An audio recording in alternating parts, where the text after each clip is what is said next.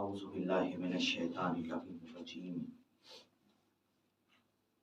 بسم اللہ الرحمن الرحیم الحمدللہ الذی ہدانا للتمسک بالثقلین وجعل لنا القرآن قرۃ عین رب المشرقین والمغربین والصلاۃ والسلام علی مولانا و مولا الثقلین صاحب قاب قوسین جد الحسن والحسین ابی القاسم محمد اللهم صل على محمد وعلى محمد وآلہ الاطیبین الاطہرین المعصومین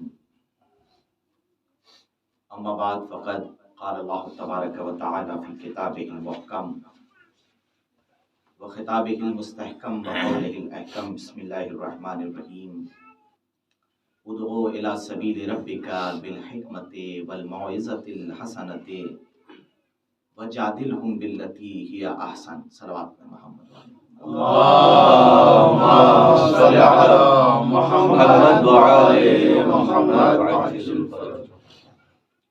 سامعین محترم،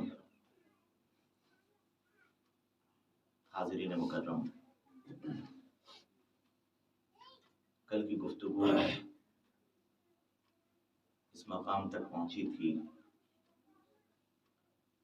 کہ پروردگار عالم نے اپنے حبیب کو تبلیغ اسلام کے جو طریقے سکھائے اس میں سب سے پہلا طریقہ، سب سے پہلا جو اسٹیج ہے وہ ہے حکمت کا۔ ادعو الی سبیل ربک بالحکمت، میرے رسول وزڈم کے ذریعے، عقل مندی کے ذریعے اپنے رب کے راستے کی طرف بلائیے، یعنی ماحول اپنے اخلاق و کردار سے کچھ ایسا کریٹ کیجئے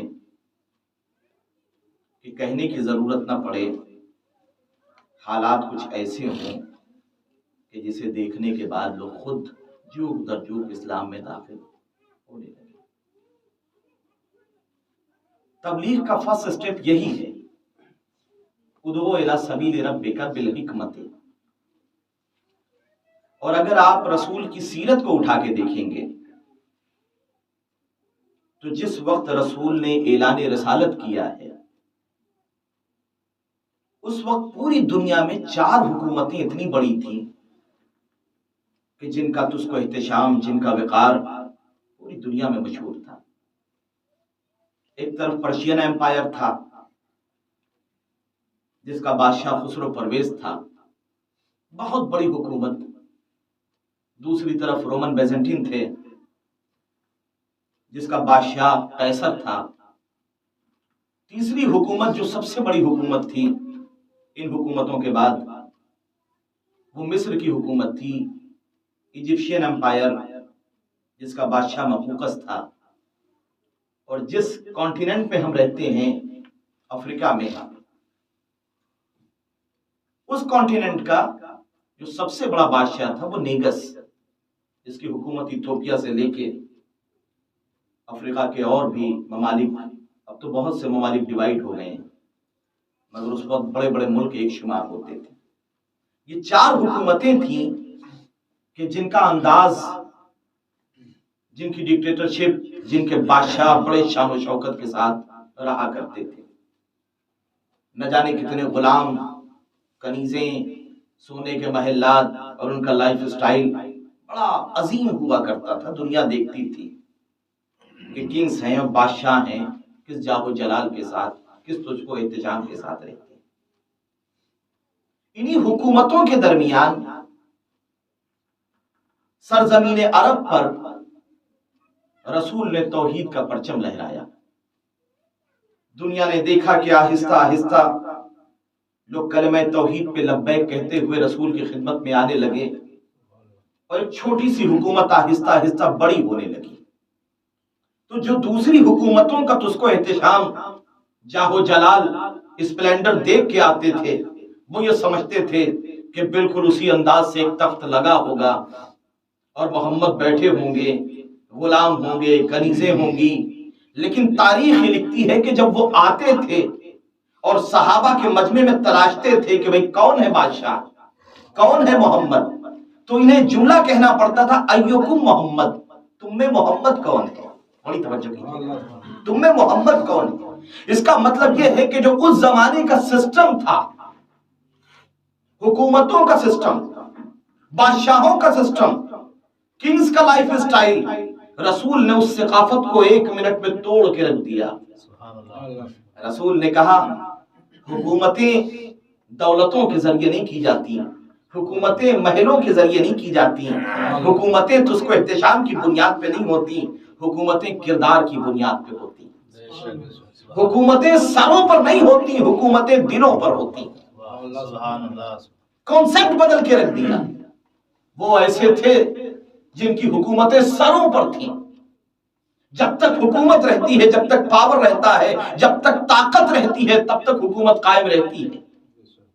لیکن جیسے ہی ایک ووٹ گرا اور اسمبلی میں آپ کی کرسی گری، بڑی توجہ کیجیے گا، تو وہ سارے جو کل تک سلامی دے رہے تھے وہی پیڑ دکھانے لگتے ہیں. لیکن کمال ہے سرکار ختمی مرتبت کا، اس لیے کہ سروں پہ حکومت مقصد نہیں تھا، دلوں پہ حکومت مقصد تھا. اسلام دلوں پہ حکومت کرنے کے لیے آیا تھا، سروں پہ حکومت کرنے کے لیے. اس لیے کہ جب تک ہتھیار ہوں گے، جب تک طاقت ہوگی، جب تک لشکر ہوگا، تب تک آپ دبا سکتے ہیں. آپ کتنے بڑے ڈکٹیٹر بن سکتے ہیں، دولتوں کی بنیاد پر، پیسوں کی بنیاد پر، حکومتوں کی بنیاد پر کسی کو بہت دنوں تک دبایا نہیں جا سکتا. مگر رسول اخلاق سکھانے کے لیے آئے تھے، کردار سکھانے کے لیے آئے تھے. رسول وَإِسْتُ لِأُتَمِّمَ مَكَارِمَ الْأَخْلَاقِ، مجھے اس لیے بھیجا گیا. اور یہی وجہ ہے کہ آپ یہ دیکھیے رسول نے جب اپنا تعارف کرایا تو یہ کہہ کے نہیں کرایا کہ میں دنیا کا سب سے بڑا فاتح ہوں. حالانکہ رسول کے دور کے بعد اسلامی حکومت اس زمانے کے نون ورلڈ میں کافی حد تک بہت طویل ہو چکی تھی، لمبی ہو چکی تھی، پھیل چکی تھی. لیکن رسول نے تلواروں کو کبھی اختیار نہیں کیا حکومتیں بڑھانے کے لیے. بڑی توجہ کیجیے، حکومتیں بڑھانے کے لیے. مسٹر گیبن نے اپنی کتاب decline and fall of the Roman empire میں لکھا کہ Muhammad with the sword in one hand and Quran in the other, Muhammad ایک ہاتھ میں تلوار اور دوسرے ہاتھ میں قرآن لے کے روم اور ہسپانیہ تک گیا. آپ تصور کریں اگر سیرت حیات طیبہ رسالت اٹھا کے دیکھیں، میرا رسول کبھی تلوار لے کے نہیں گیا. بڑی توجہ کیجیے گا، میرے رسول نے تلوار نہیں چلائی، رسول کے کردار چلایا، رسول نے کردار کو پھیلایا ہے، تلوار نہیں پھیلائی. اور تاریخ نے واقعہ لکھا کہ ایک شخص جس نے سنا کہ مکے میں ایک شخص پیدا ہوا ہے کہ جو بتوں کو برا کہتا ہے، بت پرست تھا، دل میں جلال آیا، غصہ آیا. اس نے کہا کہ میں قتل کر دوں گا، ہمارے بتوں کو برا کہتا ہے، ہمارے بتوں کو منع کرتا ہے، بت پرستی سے منع کرتا ہے. اسے پتا چلا کہ صاحب تو وہ مدینے ہجرت کر چکے ہیں. اب آپ تصور کیجئے کہ آج کے زمانے میں آپ کے پاس سڑکیں ہیں، آج کے زمانے میں آپ کے پاس میپ ہے، آج کے زمانے میں آپ کے پاس سواریاں ہیں، مگر اس زمانے میں نہ راستے ہوا کرتے تھے، نہ میپ ہوا کرتے تھے، نہ سواریاں ہوا کرتی تھی. اب وہ پریشان ہوا کہ مجھے مدینے جانا ہے. کتنی مشکلات اس نے اٹھائی ہوں گی، قافلوں کا تعین کیا ہوگا اور اس کے بعد اپنی آئیڈینٹی بھی چھپانا ہے، اور چھپانے کے بعد پورے پروگرام کے تحت کے چل کے محمد کو قتل کر دینا ہے. اب وہ چلا اور چلنے کے بعد کسی صورت سے مدینے پہنچا. مدینے پہنچنے کے بعد اس نے سوچا کچھ دن ریکی کریں گے اور پتہ کریں گے کہ صاحب ان کے نکلنے کا ٹائم کیا ہے، چلنے کا ٹائم کیا ہے، اٹھتے کب ہیں، کھاتے کب ہیں، باہر کب نکلتے ہیں، کب ایسا وقت ہوتا ہے کہ جب سیکیورٹی نہیں ہوتی، صحابہ ساتھ میں نہیں ہوتے. وہ ابھی پروگرام بنا رہا تھا کہ اس نے کیا دیکھا کہ ایک درخت کے نیچے رسول آرام کر رہے ہیں. بڑی توجہ کیجیے، رسول درخت کے نیچے آرام کر رہے ہیں. اس نے کہا کہ کمال ہے، میں تو سوچ رہا تھا کہ بہت ٹائم لگے گا، وقت لگے گا پورے پروگرام میں، اور کوئی سامنے ہے بھی نہیں اور سو رہے ہیں. اس نے تلوار نکالی اور نکالنے کے بعد آیا اور چاہتا تھا کہ ضرب مارے، لیکن اس نے سوچا کہ بھئی میرے بتوں کو برا کہا ہے، اگر سوتے میں مار دوں تو پھر یہ بہادری نہیں ہوئی اور کچھ مزہ نہیں آئے گا. اس نے سوچا کہ جگاتے ہیں اب اس کے بعد رسول ہاتھوں کو جوڑیں گے، گڑگڑائیں گے کہ میری جان بخش دو۔ اس نے اٹھایا اور اٹھانے کے بعد تلوار سر پہ رکھی اور کہا کہ محمد ہم تمہیں قتل کرنے آئے۔ بڑی توجہ کیجیے، ہم تمہیں قتل کرنے آئے۔ رسول نے مسکرا کے کہا پھر قتل کیوں نہیں کرتا؟ اس نے کہا آپ کو خوف نہیں ہے؟ کہا نہیں بالکل خوف نہیں ہے۔ کہا خوف نہیں ہے آپ کو، ڈر نہیں لگ رہا ہے آپ کو مجھ سے؟ میرے ہاتھ میں تلوار ہے، آپ نہیں ہتھے ہیں۔ رسول نے کہا بالکل نہیں۔ کہا کون سا بھروسہ ہے جو آپ کو نہ ڈرنے پہ مجبور کر رہا ہے؟ بڑی توجہ کیجیے گا۔ رسول نے کہا تو کیا سمجھتا ہے تلواریں مارتی ہیں؟ تلوار نہیں مارتی، میرا بچانے والا پروردگار موجود ہے۔ بڑی توجہ کیجیے گا، میرا بچانے والا پروردگار موجود ہے، تو مجھے مار نہیں سکتا۔ اس نے کہا اچھا میں مار کے دکھاتا ہوں۔ تاریخ لکھتی ہے کہ اس نے تلوار اٹھائی اور اٹھانے کے بعد تھوڑا سا پیچھے ہٹا تاکہ ضرب کاری لگائے، تاکہ مضبوط ضربت لگائے۔ روایت بیان کرتی کہ جیسے ہی پیچھے گرا، پیچھے بڑھا، ایک پتھر سے پاؤں ٹکرایا اور زمین پہ گر پڑا، تلوار چھوٹ گئی ہاتھ سے۔ رسول نے تلوار اٹھا لی، کہا اب بتا تجھے کون میرے ہاتھوں سے بچائے گا؟ اب بتا میرے ہاتھوں سے تجھے کون بچائے گا؟ اس نے کہا کہ محمد آپ کا کرم بچائے گا، آپ کی محبت بچائے گی، آپ کی قوت بچائے گی، آپ کی انسانیت بچائے گی۔ رسول نے مسکرا کے تلوار پھینک دی، کہا جب اتنا انسانیت پہ بھروسہ ہے تو کلمہ کیوں نہیں پڑھ لیتا؟ صلوات پڑھے محمد والے محمد پر۔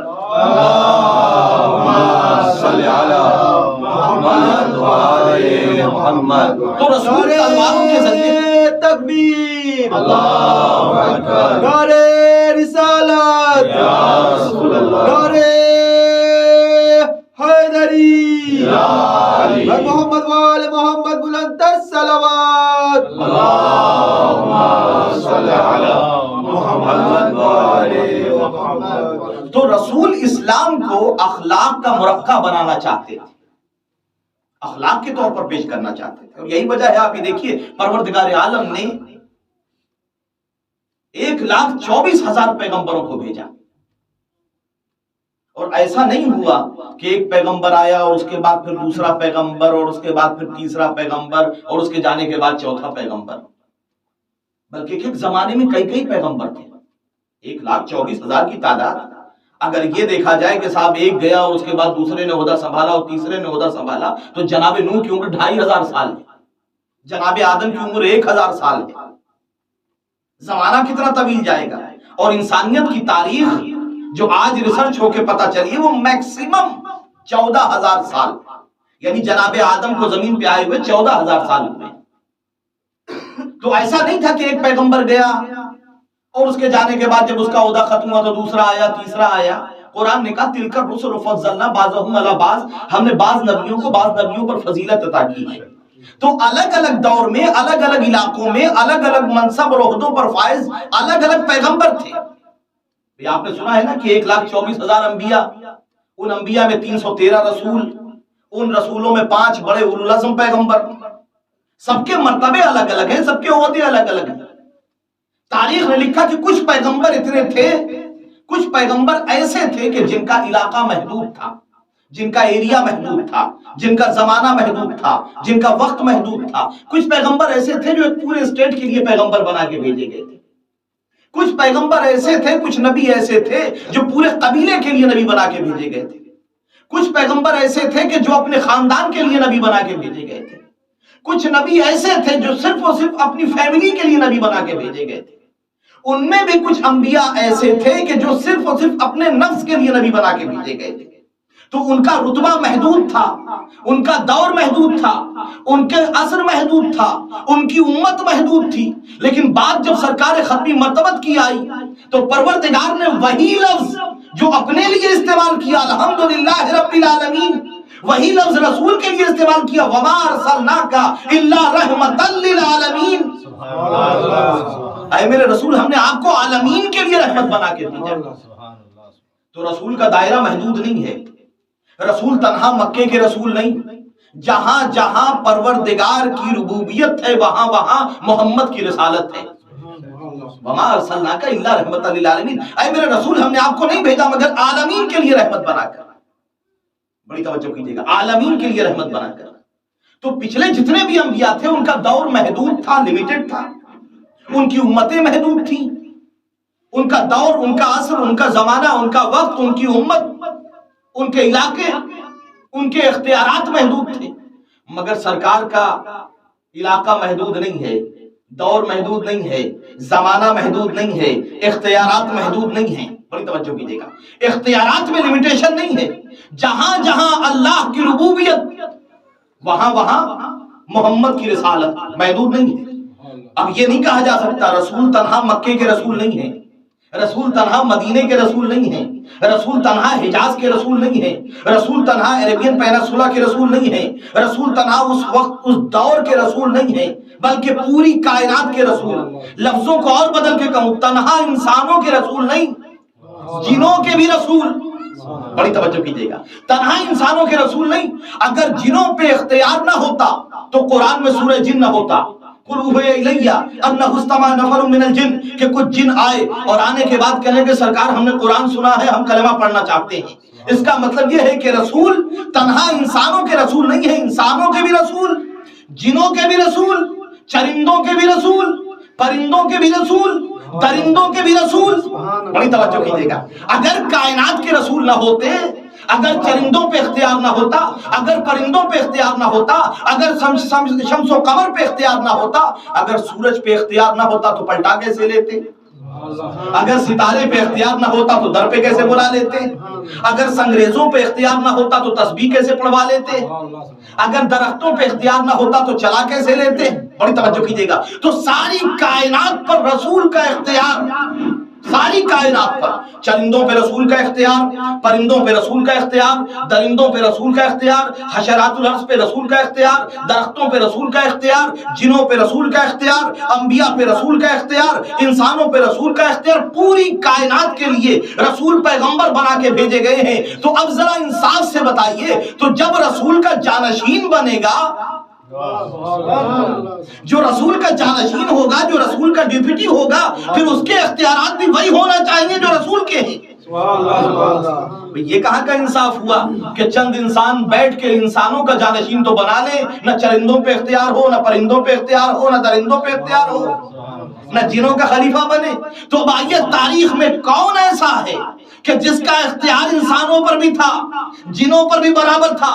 تو امام شافعی نے کہا، علی حبہ الجنہ قسیم النار والجنہ وسیع مصطفیٰ حقہ امام الانس والجنہ۔ کائنات میں صرف و صرف علی ہے جو جنوں کا بھی امام ہے، انسانوں کا بھی امام ہے۔ صلوات پر محمد و آل محمد۔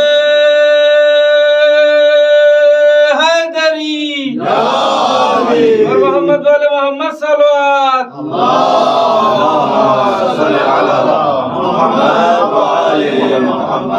جنوں پر بھی اختیار، چرندوں پر بھی اختیار، پرندوں پر بھی اختیار، درندوں پر بھی اختیار۔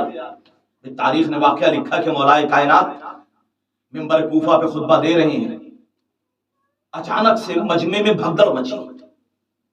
لوگ حیران کہ کیا ہوا، کیا دیکھا؟ ایک اژدہا چلا آ رہا ہے، کچھ ادھر بھاگے کچھ ادھر بھاگے۔ تاریخ لکھتی ہے، لیکن بڑے اطمینان کے ساتھ علی بیٹھے ہوئے ہیں اور کہہ رہے ہیں گھبراؤ نہیں، سائل ہے، سوال کرنے کے لیے آیا ہے، سائل ہے، سوال کرنے کے لیے آیا ہے، مسئلہ دریافت کرنے کے لیے آیا ہے۔ مجمع میں بھگدڑ ہے، لیکن علی عجیب اطمینان کے ساتھ بیٹھے ہوئے ہیں۔ وہ اژدہا آیا اور آنے کے بعد اس نے اپنا پھن اٹھایا اور نہ جانے کون سی زبان میں علی سے گفتگو کی، علی نے جواب دیا، وہ اژدہا چلا گیا۔ جو حضرات زیارت پہ جاتے ہیں انہوں نے دیکھا ہوگا مسجد کوفہ میں ایک دروازہ جس کا نام ہے باب صوبان۔ صوبان عربی میں کہتے ہیں اژدہے کو۔ جس دروازے سے اژدہا آیا تھا اس دروازے کا نام باب صوبان رکھ دیا گیا۔ فضیلت مشہور ہوئی کہ صاحب علی تو اس امام کا نام ہے کہ پرندے جس سے سوال کرنے کے لیے آتے ہیں، جانور جس سے سوال کرنے کے لیے آتے ہیں، جن جس سے سوال کر کے چلے جاتے ہیں۔ اب یہ خبر جب شام میں پہنچی، انہوں نے کہا بھئی یہ تو علی کی بہت بڑی فضیلت ہو گئی، اب اس فضیلت کو گھٹایا کیسے جائے، کیا کیا جائے کہ ہماری بھی کچھ ایسی فضیلت مشہور ہو۔ اب بڑے بڑے دھرندروں کو بلایا گیا اور بیٹھے، اور بیٹھنے کے بعد سر جوڑنے کے بعد انہوں نے کہا کہ دیکھیے بھائی، ایک جانور ہے ہاتھی جو بہت جلدی سیکھ لیتا ہے، بہت جلدی ٹرینڈ ہو جاتا ہے۔ میں نے کہا اچھا، کہ ہم بھی ایک حساب لگاتے ہیں، ایک میدان میں ممبر رکھا جائے گا، ایک شخص ممبر پہ بیٹھے گا، ہاتھی کو اس طریقے سے ٹرینڈ کیا جائے گا کہ ہاتھی جائے اور جانے کے بعد سیدھے ممبر کے سامنے کھڑا ہو اور سونگ اٹھائے، اس طریقے سے ٹرینڈ کیا جائے ہاتھی کو۔ مہینوں ہاتھی کو ٹرینڈ کیا گیا، ایک آدمی ممبر پہ بیٹھتا تھا، ہاتھی چلتا تھا، آنے کے بعد ممبر کے پاس سنتا تھا کہ جب ہاتھی آئے گا بھگدڑ مچے گی، آپ کہہ دیجیے گا کہ ارے گھبرانے کی ضرورت نہیں ہے، آپ کو تو پتا ہے کہ ٹرینڈ کیا ہوا ہے، لوگ جب بھگدڑ مچے گی آپ گھبرائیے گا نہیں، آپ بیٹھے رہیے گا، آپ کہیے گا سائل ہے سوال کرنے کے لیے آیا ہے، گھبرانے کی ضرورت نہیں ہے۔ جب بھگدڑ ختم ہوگی اور ہاتھی چلا جائے گا تو اسی طریقے سے مسجد کا نام ہم باب الفیل رکھ دیں گے اور میسج یہ بھیجیں گے کہ بھائی صرف علی نہیں ہے جو جانوروں سے گفتگو کرتے ہیں، ہم بھی کچھ کم نہیں ہیں، بڑی توجہ کیجیے گا، یہ پلان بنایا گیا۔ اب مہینوں ٹریننگ ہوتی رہی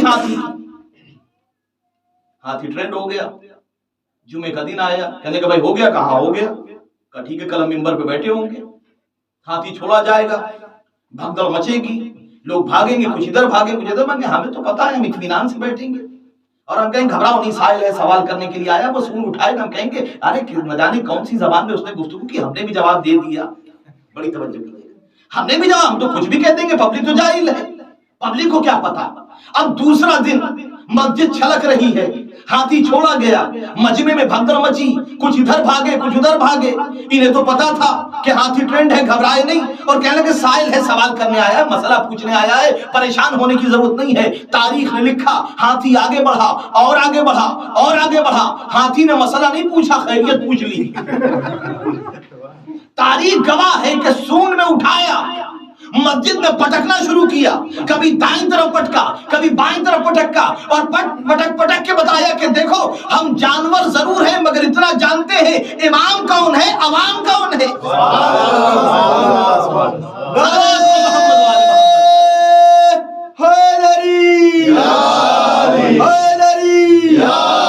اور محمد والے محمد بلند تر صلوات۔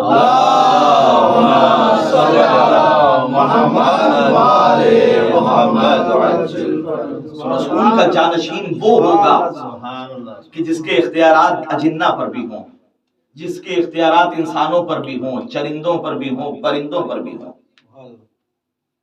اور یہ وصیت یا وصایت اس دنیا کی نہیں ہے، بڑی توجہ کیجیے گا۔ اسی لیے جب رسول سے پوچھا گیا کہ اللہ کے رسول متا وجبت لک النبوۃ، آپ پر نبوت کب واجب ہوئی، تو رسول نے کیا کہا، کنت نبیا و آدم بین الماء والطین، میں اس وقت بھی نبی تھا جب آدم آب و گل کے درمیان تھے، دنیا میں آنے کے بعد پیغمبر نہیں بنے ہیں رسول، بڑی توجہ کیجیے گا، رسول تھے۔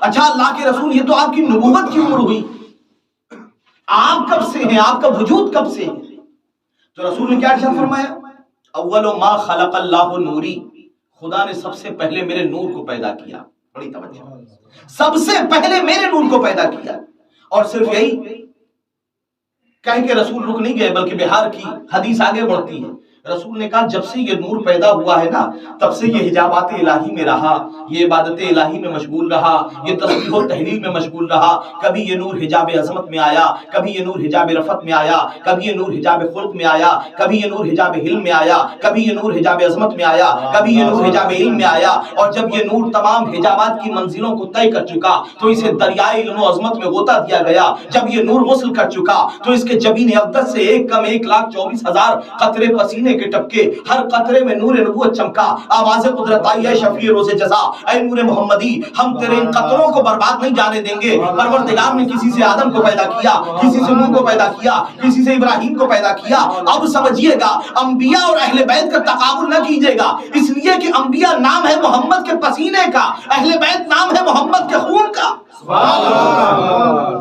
اہل بیت اور انبیاء کا تقابل نہ کیجیے گا۔ محمد کے پسینے سے آدم پیدا ہوئے، نوح پیدا ہوئے، ابراہیم پیدا ہوئے، اور اس کے بعد ایک نبوتوں کا سلسلہ تھا، آواز قدرت آئی، اے میرے کشف اول، اے میرے جود اول، اے میرے سخائے اول، اے میرے علم کل، اے دانائے سبل، اے ختم الرسل، اے طٰہٰ، اے سراج، اے منیر، اے مبشر، ہم نے آدم کو بھیج دیا ہے کہ وہ دنیا میں درس آدمیت دیں، ہم نے نوح کو بھیج دیا ہے تاکہ کائنات کو پاکیزہ کر کے تیرے مقدس وجود کے آنے کے لائق بنا سکیں، ہم نے ابراہیم کو بھیج دیا ہے تاکہ عناصر کی برہمی عالمیت پر زمام اختیار ڈال کے اسے ٹھنڈا کر سکے. ہم نے الیاس کو بھیج دیا ہے تاکہ لوگوں کو یاس و قنوتیت کے میدان سے نکال کر رجاء و عبودیت کی شاہراہوں پر گامزن کر سکے. ہم نے موسیٰ کو بھیج دیا ہے تاکہ اپنی ہیبت کے ذریعے تیرے کائنات کو تیرے وجود کے آنے کے لائق بنا سکے. ہم نے عیسیٰ کو بھیج دیا ہے. ایک سلسلہ چلتا رہا لیکن اس نے ان انوار مقدسہ سے کہا, پروردگار نے کہا اے میرے حبیب تو نہ جانا اس لیے کہ تیرا فراق برداشت نہیں ہوگا. لیکن ایک منزل آ گئی جب آدم آ چکے, نوح آ چکے, ابراہیم آ چکے, موسیٰ آ چکے, عیسیٰ آ چکے, تمام نبوت کی تسبیح کے دانے ختم ہو گئے تو آواز قدرت آئی ہے میرے حبیب اب تجھے جانا پڑے گا. اس لیے کہ نبوت کی تسبیح کے دانے ختم ہو چکے ہیں لیکن حبیب تیرا فراق برداشت نہیں ہوگا. ایسا کر تو چلا جا, سایہ چھوڑ دے. تو چلا جا, سایہ چھوڑ دے. اب ان انوار مقدسہ نے جو 1 سے 2 اور 2 سے 14 ہو چکے تھے, انہوں نے کہا پروردگار دیکھ بھیج تو رہا ہے لیکن اپنے درمیان اور ہمارے درمیان ایک واسطہ رکھنا, ایک وسیلہ رکھنا. کہ کیسا واسطہ؟ کہ چونکہ تو محمود ہے لہذا مجھے محمد بنا دے. چونکہ تو محمود ہے لہذا مجھے محمد بنا دے. چونکہ تو علی ہے لہذا مجھے علی بنا دے. چونکہ تو فاطر السماوات والارض ہے لہذا مجھے فاطمہ بنا دے. چونکہ تو محسن ہے لہذا مجھے حسن بنا دے. چونکہ تو قدیم الاحسان ہے لہذا مجھے حسین بنا دے. چونکہ تجھے عبادت گزار پسند ہے لہذا مجھے زین العابدین بنا دے. چونکہ تو باقر العلوم ہے لہذا مجھے محمد باقر بنا دے. چونکہ تجھے سچے پسند ہے لہذا مجھے جعفر صادق بنا دے. چونکہ تجھے قضاوت پسند ہے لہذا مجھے موسیٰ کاظم بنا دے. چونکہ تجھے اپنی مرضی پر چلنے والے پسند ہیں لہذا مجھے علی الرضا بنا دے. چونکہ تجھے تقوی پسند ہے لہذا مجھے محمد تقی بنا دے. چونکہ تجھے نقاوت پسند ہے لہذا مجھے علی النقی بنا دے. اور چونکہ تیرا لشکر تمام لشکروں پہ غالب ہے لہذا مجھے عسکری بنا دے. اور چونکہ تو موجود ہے مگر نظر نہیں آتا, اور چونکہ تو موجود ہے مگر نظر نہیں آتا لہذا مجھے مہدی بنا دے. صلوات پڑھ محمد و آل محمد پر. اللہم صلی علی محمد و آل محمد وعجل فرجهم. نعرہ حیدری یا علی. چونکہ تو موجود ہے. ان انوار مقدسہ نے ہاتھوں کو جوڑا کہ پروردگار ایک رابطہ رکھنا, ایک سلسلہ رکھنا, ایک رشتہ رہے ہمارے اور تیرے درمیان. قدرت نے سایہ رکھ لیا. بڑی توجہ کیجیے گا, قدرت نے سایہ رکھ لیا. اچھا کمال کی بات ہے, یہ بھی متفق بین الفریقین حدیث ہے کہ رسول کا سایہ نہیں تھا. حالانکہ قرآن کیا کہہ رہا ہے؟ قرآن نے کیا کہا؟ قرآن نے کہا اولم یرو الی ما خلق اللہ من شیء یتفیأ ظلالہ عن الیمین والشمائل سجدا للہ. اے میرے رسول کیا ان لوگوں نے نہیں دیکھا جتنی بھی آبجیکٹس ہیں اس کائنات میں ہر کا سایہ زمین پر پڑتا ہے. قرآن کہہ رہا اولم یرو الی ما خلق اللہ من شیء. اے میرے رسول کیا ان لوگوں نے دیکھا نہیں کہ ہم نے جس چیز کو بھی شے سے پیدا کیا ہے, جس چیز کو بھی شے سے پیدا کیا ہے اس کا زمین پر سایہ پڑتا ہے. یتفیأ ظلالہ عن الیمین والشمائل سجدا للہ. یہ سایہ کبھی دائیں طرف جاتا ہے کبھی بائیں طرف جاتا ہے. قرآن کہہ رہا ہے یتفیأ ظلالہ, ان کے سائے جھک جھک کے اللہ کا سجدہ کرتے ہیں. انسان سجدہ نہ کرے, اس کے سائے جھک جھک کے سجدہ کرتے ہیں. بڑی توجہ. یتفیأ ظلالہ عن الیمین والشمائل سجدا للہ. یہ انسان کے جو سائے ہیں نا جو کبھی دائیں طرف جھکتے ہیں کبھی بائیں طرف جھکتے ہیں, یہ اللہ کا سجدہ کرتے ہیں. جس چیز کو بھی شے سے بنایا ہے ہو ہی نہیں سکتا کہ اس کا سایہ نہ ہو. جو چیز شے سے پیدا ہوئی ہے اس کا سایہ ہوتا ہے. بڑی توجہ. تو مسلمان اب تو ہوش کے ناخن لے, اگر محمد کا سایہ نہیں تھا تو محمد شے کی تخلیق نہیں ہے, محمد نور کی تخلیق ہے. یتفیأ ظلالہ, سایہ نہیں تھا. اچھا میں نے ایک دانشور سے پوچھا, ایک عالم دین سے پوچھا کہ بتائیے محمد کا سایہ کیوں نہیں تھا؟ کہنے کہ صاحب آپ جانتے نہیں رسول مکے مدینے کی گلیوں میں چلتے تھے. تو پرابلم کیا ہے, رسول مکے مدینے کی گلیوں میں چلتے تھے, مجھے سمجھ میں نہیں آیا کہ رسول مکے مدینے کی گلیوں میں چلتے تھے. کہنے کہ اسی لیے سایہ نہیں تھا رسول کا کہ رسول مکے مدینے کی گلیوں میں چلتے تھے. ہم نے کہا سائے سے اس کا کیا تعلق کہ رسول مکے مدینے کی گلیوں میں چلتے تھے؟ کہنے کہ آپ سمجھے نہیں, اگر سورج سامنے ہو تو آپ کا سایہ کہاں پڑے گا؟ ہم نے کہا پیچھے. سورج دائیں طرف ہو تو سایہ بائیں طرف پڑے گا, سورج بائیں طرف ہو تو سایہ دائیں طرف پڑے گا. کہنے کہ آپ سمجھے؟ ہم نے کہا نہیں. مسئلہ کیا ہے؟ سورج دائیں طرف ہو تو سایہ بائیں طرف، سورج بائیں طرف ہو تو سایہ دائیں طرف. کہنے کا مطلب کیا ہے؟ کہیں گے آپ سمجھے نہیں. رسول جب مکے مدینے کی گلیوں میں چلتے تھے تو تنہا نہیں چلتے تھے. بڑی توجہ کیجیے گا. اگر سورج سامنے ہوتا تو سایہ پیچھے پڑتا، اگر سورج دائیں طرف ہوتا تو سایہ محمد کا بائیں طرف پڑتا، اگر سورج بائیں طرف ہوتا تو سایہ دائیں طرف پڑتا. ہم نے کہا تو مسئلہ کیا ہے؟ کہ رسول جب مکے مدینے کی گلیوں میں چلتے تھے تو تنہا نہیں چلتے تھے. دائیں طرف ہوتے تھے صحابہ، بائیں طرف ہوتے تھے صحابہ، پیچھے ہوتے تھے صحابہ. قدرت کو یہ گوارا نہیں ہوا، نہیں اور کر رہے ہیں، قدرت کو یہ گوارا نہیں ہوا کہ میرے محمد کے سائے پر صحابہ کے قدم پڑے. ارے صحابہ کی اتنی اوقات نہیں ہے کہ محمد کے سائے پہ قدم رکھے. مقابلہ اس سے کرتے ہو جس کے قدم دوشے رسالت پہ جاتے ہو. صلوات پڑھے محمد و آل محمد پر. صلی علی محمد و آل محمد. نعرہ حیدری. تو رسول نے اپنے زمانے میں اخلاق و کردار کے ذریعے بہت سے بڑے بڑے کانسیپٹ توڑ کے رکھ دیے. انسان تصور نہیں کر سکتا، سوچ نہیں سکتا جو رسول نے کردار پیش کیا ہے اخلاق کے ذریعے. اور رسول نے یہ دکھا دیا دنیا کو کہ اگر دنیا پہ حکومت کرنا ہے، دلوں پہ حکومت کرنا ہے، تو وہ حکومت صرف اور صرف کردار کے ذریعے کی جا سکتی ہے، اخلاق کے ذریعے کی جا سکتی ہے، تلواروں کے ذریعے نہیں کی جا سکتی. جھوٹ بولتا ہے مورخ جو یہ کہتا ہے کہ رسول بدر میں لڑے، رسول احد میں لڑے، رسول خندق میں لڑے، رسول خیبر میں لڑے. میرا رسول نہیں لڑا.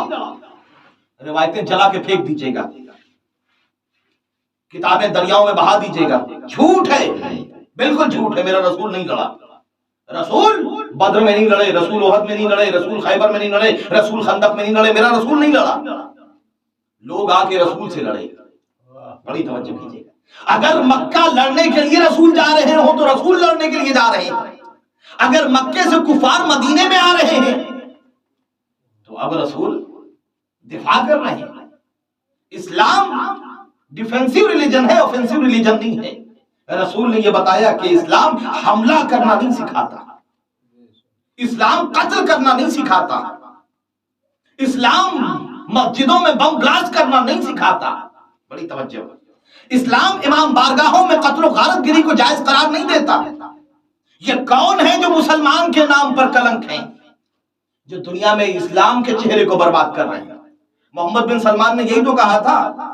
آج سعودی کا کراؤن پرنس 2-3 سال پہلے اس نے ایک بیان دیا کہ صاحب دنیا میں اسلام کا چہرہ بہت بگڑ چکا ہے، ہمیں ضرورت ہے کہ ہم اسلام کے چہرے کو سنواریں.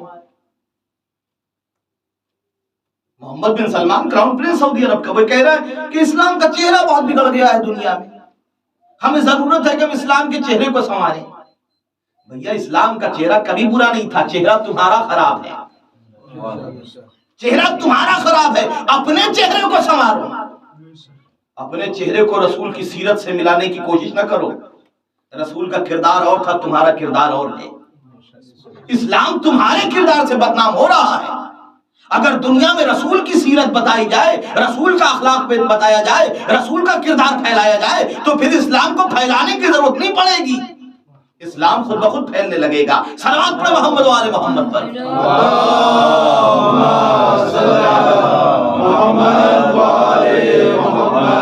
برائے مہربانی دہشت گردی کی تاریخ کو اسلام کی تاریخ نہ بنائیے، ظلم کی تاریخ کو اسلام کی تاریخ نہ بنائیے، تشدد و بربریت کی تاریخ کو اسلام کی تاریخ نہ بنائیے. وہ آپ کی تاریخ ہو سکتی ہے کہ جہاں ہزاروں کو کھڑا کر کے قتل کر دیا جاتا تھا. اس سے ہٹ کے کہ کلمہ پڑھنے والا ہے یا کلمہ پڑھنے والا نہیں، اس زمانے کی بات چھوڑ دیجیے. آج پاکستان میں کیا ہو رہا ہے، آج افغانستان میں کیا ہو رہا ہے، آج دنیا میں سب اسلام کے نام پر. اور علامہ اقبال نے عجیب جملہ کہا تھا، عجیب شعر کہا تھا. کیا تماشا ہوا اسلام کی تصویر کے ساتھ، کیا تماشا ہوا اسلام کی تصویر کے ساتھ. قتل شبیر ہوئے نعرے تکبیر کے ساتھ. نعرے تکبیر بلند کرنے والے تھے. نمازیں ادھر بھی تھی، نمازیں ادھر بھی تھی.